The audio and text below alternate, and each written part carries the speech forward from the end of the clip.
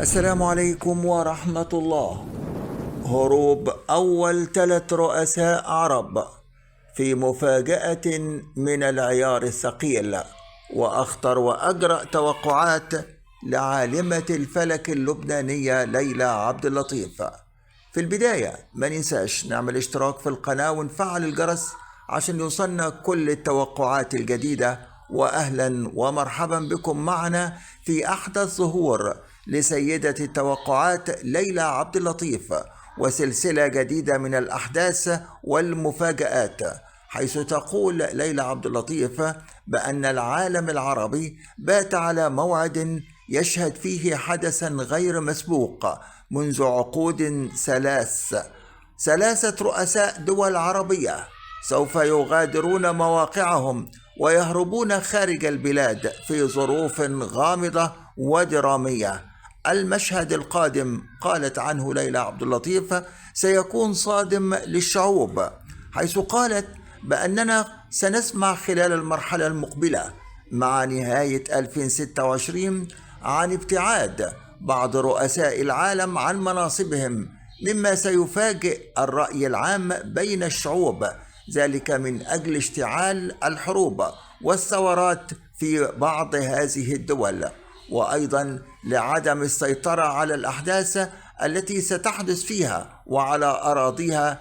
في بداية هذه الرؤى تقول ليلى عبد اللطيف في تنبؤاتها أن مع نهاية عام 26 لن يكون وبداية عام 27 لن يكون عاما عاديا أبدا، وأن التحولات التي ستشهدها المنطقة ستجعل كثيرا من الشعوب تعيش الصدمة الكبرى لعدم توقعها بهذه الأحداث.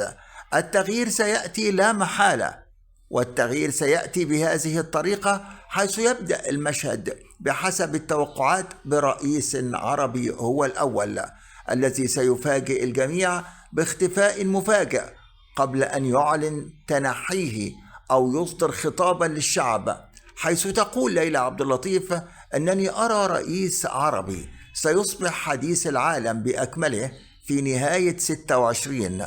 سوف تتجه الأنظار ومعها وسائل الإعلام إلى خطاب مهم كان من المفترض أن يعلن خلاله هذا الرئيس عن تغييرات كبيرة وحساسة داخل الدولة وعن تحولات كبرى خصوصا في المشهد السياسي الداخلي. وفجأة سوف يختفي هذا الرئيس تماما عن المشهد السياسي بالكامل. سيصبح هناك تضارب في الأخبار ووسائل الإعلام، تسريبات تتحدث عن مغادرة مفاجئة لهذا الرئيس خارج البلاد، ضغوط داخلية وخارجية متضاربة وغير معلنة.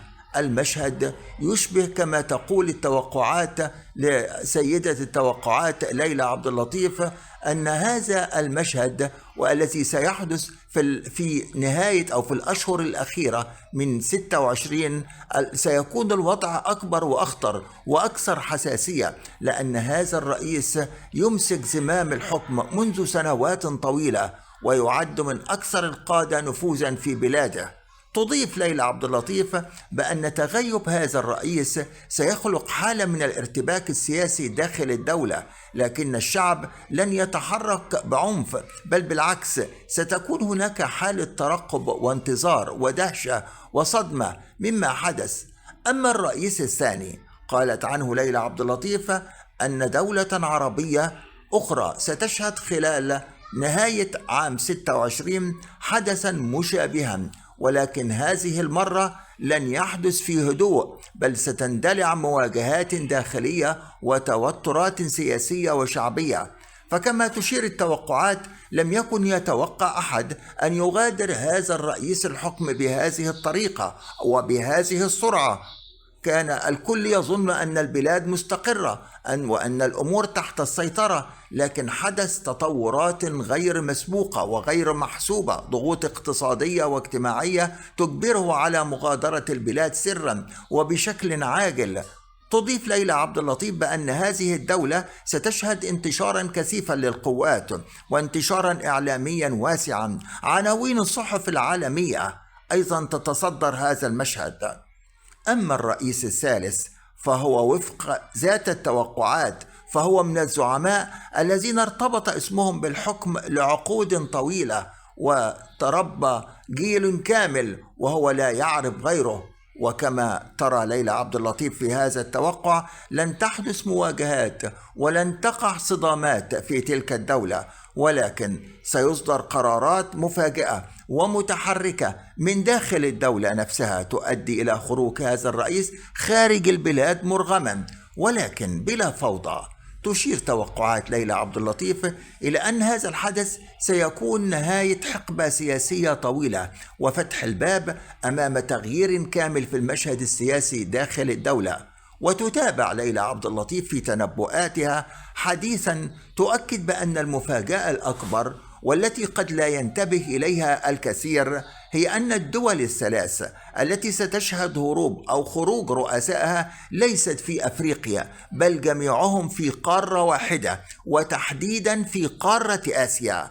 قالت أن ما أراه الآن يقول أن التغيير القادم سيبدأ من قلب آسيا، من دولة عربية معروفة بتأثيرها وثقلها السياسي في المنطقة. وأيضا تقول ليلى عبد اللطيف: لم يعتد العالم أن يرى تغييرات بهذا الحجم، ولكن عام 26 يحمل مفاجآت كبرى. تقول: من يتابع التطورات يدرك أن هناك ضغطا كبيرا سيصل إلى ذروته. سيكون هذا العام بداية تحول تاريخي في الحكم والسياسة أيضا داخل 3 دول عربية آسيوية. من ضمن تنبؤات ليلى عبد اللطيف للمرحلة المقبلة قالت: أرى قوات واصفة حربية أمريكية تنتشر في عرض البحر المتوسط مقابل سواحل أحد الدول، وهي تستعد للرد أو الهجوم على هدف كبير،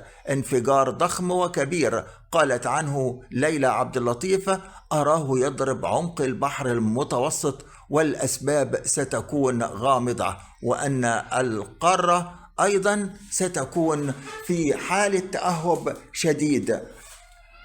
تقول ليلى عبد اللطيف في توقعاتها وتنبؤاتها بأن الوطن العربي سوف يشهد موجة من الحروب والخراب والفساد التي يمر بها، تغييرات كبيرة، نمو اقتصادي متصاعد سوف يحمل معه الازدهار، وأيضا مرحلة جديدة تقضي على كل آثار وشرار الفتنة والحروب والقتال، وخصوصا في العراق وسوريا وليبيا واليمن وتونس ولبنان والسودان أيضا.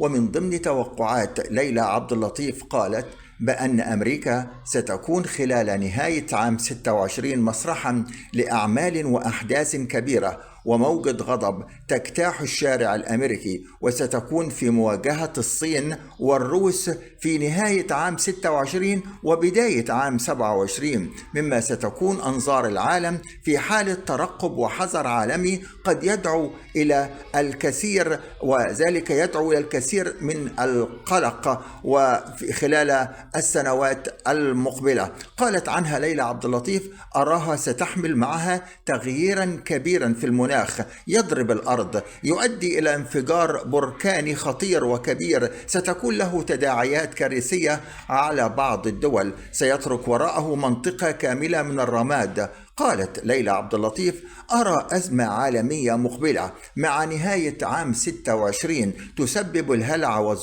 والذعر بين البشر من جراء شائعات أو تقارير من حروب، وباء أيضا قادم في هذه البلاد يمكن أن يسير في هذه الدول التي تنحصر في قارة آسيا. هذه هي بعض التوقعات ليلى عبد اللطيف سيدة التوقعات. إلى توقعات جديدة، بس ما ننساش نعمل اشتراك في القناة ونفعل الجرس عشان يوصلنا كل التوقعات الجديدة. أشكركم وإلى اللقاء.